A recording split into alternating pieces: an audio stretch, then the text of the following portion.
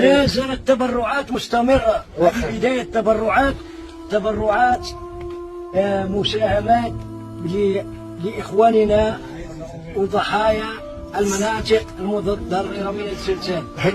أهل مراكش تيرودات، يعني جميع المناطق المتضررة من الزلزال، ونقول لهم نحن متضامنون معهم قلبا وقالبا، ونحن مساهمون، ونحن مغاربة على قلب رجل واحد من أقصى الشمال إلى أقصى الجنوب. نحن معهم بقلوبنا وبتبرعاتنا.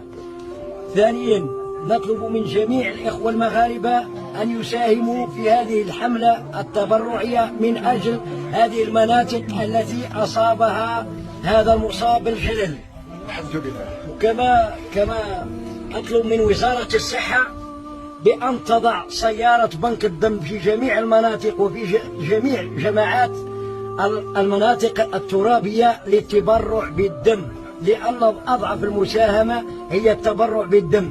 والحملة لا زالت مستمرة عند ابناء الرحل إن شاء الله. الرحل اش من منطقة في الزاك كلهم من الزاك كما تشوفوا. الرحل ديما واش كل عام تجيو هنايا؟ كل سنة تجيو هنايا فعلا، كل سنة تجيو، وإن شاء الله غادي ديما يجيو. الله يعمرهم.